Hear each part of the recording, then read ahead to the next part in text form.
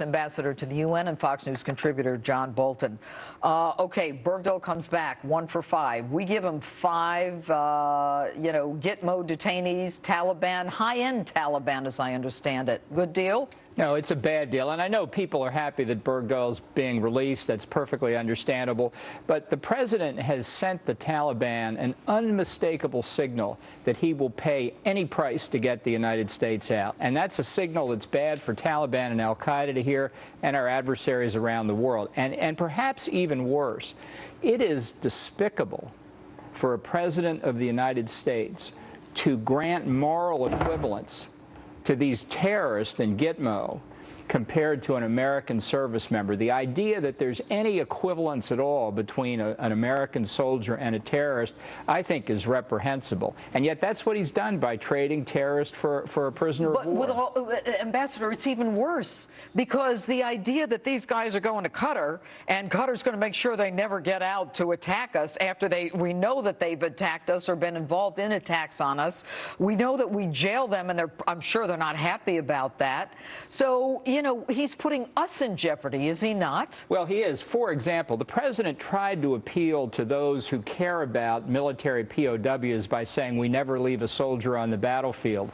But what if the Taliban tomorrow kidnap a foreign service officer? Kidnap an American civilian, a missionary, a business person in Afghanistan? Do we just forget about them because they're not members of the military? Of course not.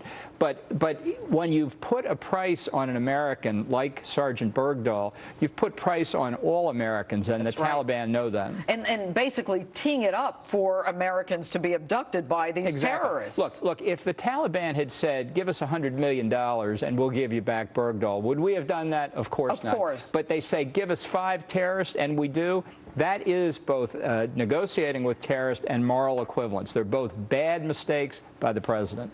All right. Now, the idea that we release 5 for 1. Was there ever a thought that or a rule that we'd have 1 or 2 release and make sure they didn't return to militancy? Well, the idea that they're going to a third country is simply not a protection at all. The Qataris will release them, or they'll find a way to get out. You can almost guarantee that. But I think the real problem is that the signal that the president's sending is he wants out of Afghanistan as soon as he can. And I think the Taliban know that, and even worse, the civilians in Afghanistan who have fought with us, who have tried to oppose the Taliban, women who want things like education, now recognize the United States under Barack Obama is scuttling out of that country. All right. And I'm going to shift for a moment. You heard what that whistleblower doctor said to me a few minutes ago, basically saying that the inspector general in the VA scandal actually was slanting reports in favor of the Veterans Administration. Well, I mean, to me, that's shocking. No one has ever said that before. No, that's the first I've heard it. I have to say, having been in government service in several different departments, this is an extraordinarily serious charge that's being made here. I cannot underline that enough. And if it's true, it's just, I think, a part of a much larger pattern of criminal activity that we've got here. We really are, as you've been saying earlier in the show, we need a Justice Department investigation here, and we need it right now before the records are destroyed. Well, and we know that records have been destroyed, and that was some of the whistleblowers. But anyway, now I want to play some sound from the president's speech at West Point. Take a listen. And I would betray my duty to you and to the country we love if I ever sent you into harm's way simply because I saw a problem somewhere in the world that needed to be fixed. Ambassador, isn't that what he did in Benghazi? Well, exactly. Look, the president's policy internationally is incoherent. And he used to talk about the responsibility to protect. Remember that? That lasted one time in the case of Benghazi when we were in the process of overthrowing Gaddafi. He put a red line on the use of chemical weapons by the Assad regime in Syria and ignored his own red line. And that really, at bottom, is the problem with the president. He doesn't care about foreign policy. He doesn't understand it. He doesn't pay attention to it. That's why he's incoherent. It is incoherent because he talks out of both sides of his mouth. But let's take another classic line from the president. America must always lead on the world stage. Does he really believe we're leading anything?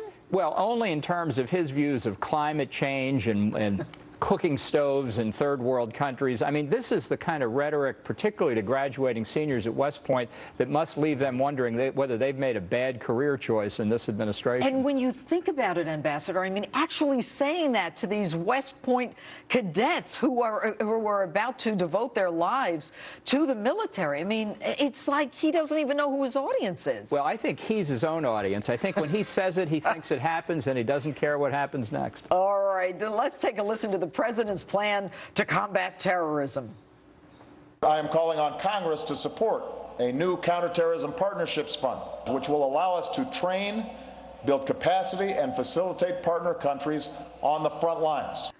Ambassador, how do you facilitate partner countries when you diss our allies and buckle from our enemies? Well, exactly. And he's going to fund that program by the money he's going to save in Afghanistan, which means you're giving up on the central front against terrorism to fund programs he hasn't even defined yet. Congress had no notice of this. I think it's more rhetoric. It's another way to cover his exit from Afghanistan. And, you know, when you talk about rhetoric, I mean, and not telling Congress, I mean, he didn't tell Congress about the 5 detainees from Guantanamo. He's supposed to, by law, tell them. No, this is part of the president's effort to get out of Guantanamo one way or another, too. Exactly. Which, remember, he said on his first day in office. I remember that, Ambassador. I guess he, you know, didn't quite tell the truth on that one either. Could be. Ambassador Bolton, it's always good to have you here Glad in to the be studio. here. Thank you.